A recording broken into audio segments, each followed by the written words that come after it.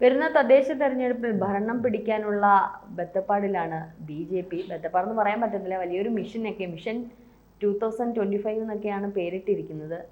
അത് എത്രമാത്രം പ്രായോഗികമാവും? ആ മിഷൻ വിജയിക്കുമോ? 2026 ഭരണം പിടിക്കുന്നതിന് മുമ്പ് കേരളത്തിലെ പഞ്ചായത്ത്, അതായത് തദ്ദേശ സ്ഥാപനങ്ങളിൽ BJP ഒരു വലിയ കടന്നുകയറ്റം നടത്തണം. അതിലൊരു വലിയ നേട്ടമുണ്ടാകുമ്പോൾ ജനത്തിന് തന്നെ ബോധ്യമാകും ഇനി കേരളത്തിൽ BJPയുടെ കാലമാണ് എന്ന്. അതുകൊണ്ടാണ് കഴിഞ്ഞ നാളുകളിൽ അമിത്ഷാ കേരളത്തിലെത്തി ഒരു പ്രചോദനം നൽകിയത്. അധികം വൈകാതെ വീണ്ടും അമിത്ഷാ വരുന്നുണ്ട്. കാരണം ഈ പഞ്ചായത്ത് തല സമ്മേളനത്തിൻ്റെ തുടക്കം കുറിക്കാൻ വേണ്ടി ഒക്ടോബറിൽ വിജ്ഞാപനം വരാൻ പോവുകയാണ്. ഒക്ടോബർ അവസാനത്തോടുകൂടി ഡിസംബർ 21 പുതിയ തദ്ദേശ സ്ഥാപനങ്ങളിൽ പുതിയ ഭരണസമിതി അധികാരത്തിൽ വരണം. വൈകിപ്പോയി, കാരണം വാർഡ് വിഭജനത്തിൻ്റെ പേരിലാണ് അല്പം നീണ്ടുപോയത്. ഇതിപ്പോൾ ഒരു സെമി ഫൈനൽ എന്ന് തന്നെ വിശേഷിപ്പിക്കാം. സാധാരണ എപ്പോഴും കേരളത്തിൽ ഈ തദ്ദേശ തെരഞ്ഞെടുപ്പ്, നിയമസഭാ തെരഞ്ഞെടുപ്പ്, ലോക്സഭാ തെരഞ്ഞെടുപ്പ്, ഇത് മൂന്ന് അടുത്തടുത്ത് വന്നാൽ പോലും 3 ഫലം ആയിരിക്കും സംഭവിക്കുക. കാരണം തദ്ദേശ സ്ഥാപനങ്ങളിലേക്ക് എപ്പോഴും ഈ പ്രാദേശിക വ്യക്തികൾ, ഘടകങ്ങൾ ഒരുപാടങ്ങ് മാറും. ഓരോ വാർഡിലും അതിൻ്റേതായ പ്രശ്നങ്ങളുണ്ട്. അവിടെ നിൽക്കുന്നവർക്ക് അത് വ്യക്തിപരമായിട്ടോ വോട്ട് മാറും. പക്ഷെ അതല്ല. കേരളത്തിൽ പക്ക രാഷ്ട്രീയത്തിലേക്കും ഒരു ജാതി വ്യവസ്ഥയുടെ ഒക്കെ കാര്യങ്ങൾ കടന്നു വന്നിട്ടുണ്ട്. പിന്നെ BJP ദേശീയ തലത്തിൽ തന്നെ വലിയ ഒരു നിർണായക ശക്തിയായി എന്ന് ഏവർക്കും ബോധ്യപ്പെട്ടു കഴിഞ്ഞു. 2014 പാർട്ടിയെ ഒരുപാട് തെറ്റിദ്ധരിച്ചു. അതായത് വർഗീയ പാർട്ടിയാണ്, ഹിന്ദുത്വ രാഷ്ട്രമാണ് അവരുടെ അജണ്ട എന്നൊക്കെ കുപ്രചരണം നടത്തുകയുണ്ടായി. ആ കുപ്രചരണത്തിൻ്റെ അടിസ്ഥാനത്തിലാണ് 19 വേറൊരു തരത്തിലൊരു പ്രചാരണം നടത്തിക്കൊണ്ട് കോൺഗ്രസ് അധികാരത്തിൽ വരുമെന്ന് കണക്ക് കൂട്ടിയത്. 19 മൊത്തത്തിൽ അവരുടെ പ്രതീക്ഷകളെല്ലാം കൈവിട്ടുപോയി. ദേശീയ നേതൃത്വവും വല്ലാതായിപ്പോയി. അന്നല്ലേ രാഹുൽ ഗാന്ധി ഈ കമ്പൊക്കെ മുറിച്ചിട്ട് പോയി, ഞാനങ്ങ് പോവുകയാണെന്നും പറഞ്ഞു വിദേശത്തേക്ക് പോയി കളഞ്ഞു. അദ്ദേഹത്തിന് ഈ നേതൃത്വത്തിൽ ഇരുന്നുകൊണ്ട് കാര്യങ്ങൾ മുമ്പോട്ട് കൊണ്ടുപോകാൻ പ്രാപ്തനല്ല എന്ന് സ്വയം ബോധ്യമായത് അപ്പോഴാണ്. അപ്പോൾ ഇവിടെ പിന്നീട് 2024 അധികാരത്തിലേക്ക് നരേന്ദ്രമോദി വന്നു. 400 കടക്കുമെന്നുള്ള മോദിയുടെ ഒരു പ്രഖ്യാപനം മാത്രമേ നടക്കാതെ പോയുള്ളൂ. പക്ഷേ ചെറിയ തിരിച്ചടിയോടുകൂടിയാണെങ്കിലും ഒരു സഖ്യ കക്ഷിയുടെ ഒരു കൂട്ടോടുകൂടി വീണ്ടും അധികാരത്തിൽ നിൽക്കുമ്പോൾ BJP വലിയ തിളക്കത്തിൽ തന്നെയാണ്. ഇപ്പോൾ നമ്മൾ ചിന്തിക്കുന്നുണ്ട്, മോദി അടുത്ത തവണ ഉണ്ടാകുമോ ഇല്ലയോ പ്രധാനമന്ത്രി പദത്തിലോ. മോദിയെ നിർത്തി BJP വോട്ട് പിടിക്കും, അത് വേറെ കാര്യം. കാരണം ഒരു മോദി തരംഗമുണ്ട് രാജ്യത്തെമ്പാടും. അപ്പോൾ അതിനു മുമ്പായിട്ട് എന്തായാലും കേരളത്തിലൊരു വലിയ മുന്നേറ്റത്തിലേക്ക് പോകും എന്നുള്ളതാണ്. അതിൻ്റെ ഭാഗമാണ് BJPയുടെ മിഷൻ 25 എന്ന് പറയുന്നത്. ഇതിനകത്ത് 18,000 വാർഡുകളിൽ ഇവർ സമിതിയൊക്കെ രൂപീകരിച്ച് കഴിഞ്ഞിരിക്കുകയാണ്. വോട്ടർ പട്ടികയിൽ പേര് ചേർക്കുന്നത് ഉൾപ്പെടെയുള്ള പ്രാദേശിക പ്രവർത്തനങ്ങളൊക്കെ ഇവരുടെ ചുമതലയിലാണ് നടന്നത്. അപ്പോൾ എന്തായാലും ഇക്കഴിഞ്ഞ ലോക്സഭാ തെരഞ്ഞെടുപ്പിൽ 20% വോട്ട് നേടുകയുണ്ടായി. ഇനി അത് വർധനവിലേക്ക് മാറ്റുകയാണ്. ആ വർധനവിൽ മാറ്റുമ്പോൾ വെറും ഒരു വർധനവായിട്ട് നിർത്തുകയല്ല, മറിച്ച് പലയിടത്തും അധികാരം പിടിക്കണം. പല പഞ്ചായത്തുകളും ഇനി BJP ഭരിക്കണം. പല മുനിസിപ്പാലിറ്റിയിലും ഭരണം പിടിച്ചെടുക്കണം.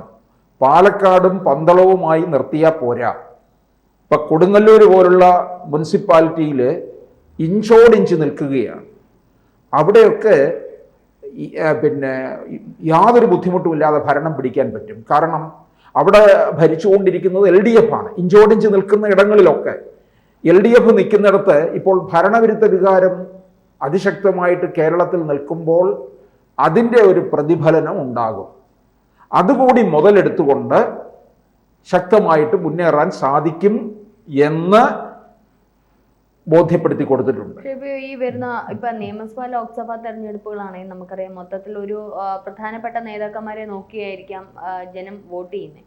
പക്ഷേ ഇങ്ങ് തദ്ദേശ തെരഞ്ഞെടുപ്പ്, ബ്ലോക്ക് പഞ്ചായത്ത് തെരഞ്ഞെടുപ്പുകളൊക്കെ വരുമ്പോഴേക്കും അവിടെ ആ ഒരു ഏരിയയിലുള്ള ഏത് നേതാവാണോ അല്ലെങ്കിൽ അത്തരത്തിലുള്ള ഏതെങ്കിലും ഒരു വ്യക്തികളെ ആയിരിക്കുമല്ലോ കൗൺസിലറായിട്ടും മറ്റുമൊക്കെ നിലനിർത്തുന്നത്. അപ്പോൾ അവരുടെ ഒരു ജനസമ്മതി അല്ലെങ്കിൽ അവരെങ്ങനെയാണ് ഇടപെടുന്നത് അനുസരിച്ചായിരിക്കും ഈ വോട്ടുകൾ പോകുന്നത് തദ്ദേശ തെരഞ്ഞെടുപ്പ്. അതുകൊണ്ടാണല്ലോ LDF ഈ തദ്ദേശ തെരഞ്ഞെടുപ്പിൽ ഏറ്റവും കൂടുതൽ മുൻഗണനയായിട്ട് പോകുന്നത്. ആ തെരഞ്ഞെടുപ്പിൽ ഏറ്റവും വോട്ട് ബാങ്ക് പിടിക്കുന്ന LDF തന്നെയാണ്. നമ്മൾ കഴിഞ്ഞ കാലഘട്ടത്തിലൊക്കെ നോക്കുമ്പോൾ നമുക്കത് മനസ്സിലാവും. പക്ഷേ അത് എത്രത്തോളം സാധീകരിക്കും? കാരണം അമിത്ഷാ പറഞ്ഞതുപോലെ BJPക്ക് അല്ലെങ്കിൽ ഈ മണ്ഡലങ്ങളിലേക്കും അല്ലെങ്കിൽ ഓരോ ഏരിയകളിലേക്കും ചെല്ലുമ്പോൾ എത്രമാത്രം അവരുടെ പ്രവർത്തനം രീതി എത്രമാത്രം ഉണ്ട് എന്നുള്ളത് നോക്കേണ്ടിയിരിക്കുന്നില്ല. അപ്പോൾ പെട്ടെന്നൊരു കണക്കൊക്കെ പറയാൻ എളുപ്പമായി. ഒരു പക്ഷേ തിരുവനന്തപുരം ഭരിക്കാൻ പറ്റുമായിരിക്കും. കാരണം നമുക്കറിയാം കൗൺസിലേഴ്സ് എത്രമാത്രം ഇപ്പോൾ കോർപ്പറേഷൻ ഭരിക്കുന്നത് നമുക്കറിയാം.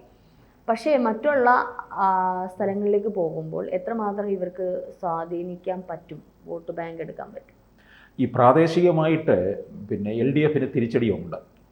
കാരണം അതിശക്തമായ ഭരണവിരുദ്ധ വികാരം നിൽക്കുകയാണ്. അതുകൊണ്ട് അത് പ്രാദേശിക തലത്തിലും ബാധിക്കും. ഇപ്പോൾ അമിത്ഷാ വന്നപ്പോൾ ആർക്കെതിരെയാണ് ഏറ്റവും കൂടുതൽ ആഞ്ഞടിച്ചത്?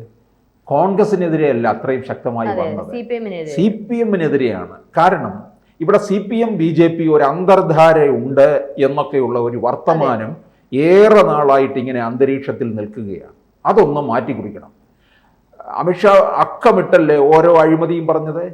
ലൈഫ് മിഷന്, സ്വർണ്ണക്കടത്ത്, സ്പ്രിംഗ്ലർ വിവാദം, PP കിറ്റ്, അങ്ങനെ എന്തെല്ലാം കാര്യങ്ങൾ, പിണറായി വിജയൻ്റെ മകളുടെ കേസ്. അപ്പോൾ ഇതെല്ലാം കൃത്യമായിട്ട് പറയുകയുണ്ടായി. അപ്പം ഈ കേസുകളെല്ലാം തന്നെ മതി ഇവരെ ഭരണത്തിൽ നിന്ന് എന്നേക്കുമായി ഇല്ലായ്മപ്പെടുത്താനായിട്ട്. അത്തരത്തിലുള്ളൊരു ശക്തമായ ഒരടിയാണ് കൊടുത്തത്. അമിത്ഷാ തിരിച്ച് ഡൽഹിയിലെത്തില്ല.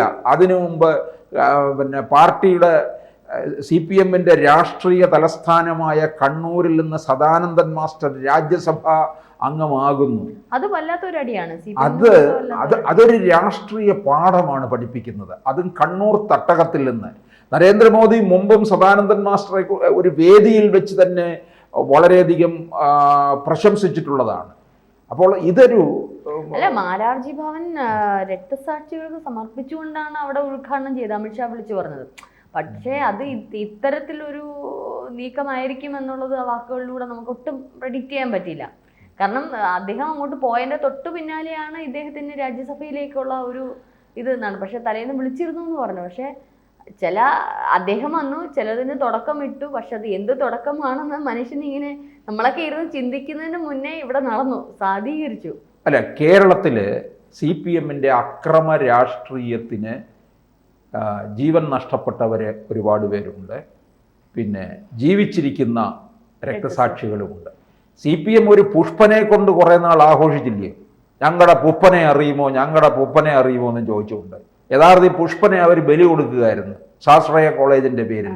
എന്നിട്ട് ഈ പുങ്കവന്മാരുടെയൊക്കെ മക്കൾ പഠിച്ചത് എവിടെ? വിദേശത്ത് പോയി, അല്ലെങ്കിൽ കേരളത്തിന് വെളിയിലുള്ള കോയമ്പത്തൂരും ഒക്കെ ഉള്ള പ്രധാനപ്പെട്ട മുഖ്യമന്ത്രി അടക്കമുള്ളവരുടെ മക്കൾ പഠിച്ചത് ഇത്തരത്തിലാണ്. എന്നിട്ട് പുഷ്പനെ നെഞ്ചേറ്റിൽ ആളിച്ചോണ്ട് നടന്നത്. അപ്പം ഇവര് പാവം പിടിച്ചവരെ മുഴുവൻ ബലിയാടാക്കുകയാണ്, അവരുടെ പാർട്ടിക്കകത്തുള്ളവരെ പോലും. ഇപ്പം ഇത് സദാനന്ദൻ മാസ്റ്റർക്ക് രാജ്യസഭാംഗം കൊടുത്തതിലൂടെ ഒരു രാഷ്ട്രീയ പാഠമാണ് CPM-ന് കിട്ടിയിരിക്കുന്നത്. ഇതൊക്കെ കൂടുതൽ ആവേശം ഉൾക്കൊണ്ട് BJP പ്രവർത്തകർ അതിശക്തമായിട്ട് രംഗത്തേക്ക് ഇറങ്ങുകയും ഒക്കെ ചെയ്യും. ഇപ്പോൾ BJP-യിലേക്ക് വന്നിരിക്കുന്നവരൊക്കെ തന്നെ ഒരു കാലത്ത് അവരുടെയൊക്കെ മുൻകാല പാർട്ടി പ്രവർത്തനം അന്വേഷിച്ചു കഴിഞ്ഞാൽ അതൊക്കെ CPM-ൽ നിന്നുള്ളവരാണെന്ന് മനസ്സിലാകും. അപ്പോൾ CPM-ന്റെ മേൽവിലാസം തന്നെ ഇല്ലാതാക്കുന്ന ഒന്നിലേക്കാണ് ഇനി അങ്ങോട്ട് പോകാൻ തുടങ്ങുന്നത്. കൂടുതൽ വാർത്തകളും വിശേഷങ്ങളും നിങ്ങളിലേക്ക് എത്താൻ ABC മലയാളം സബ്സ്ക്രൈബ് ചെയ്യുക, ബെൽ ബട്ടണും അമർത്തുക.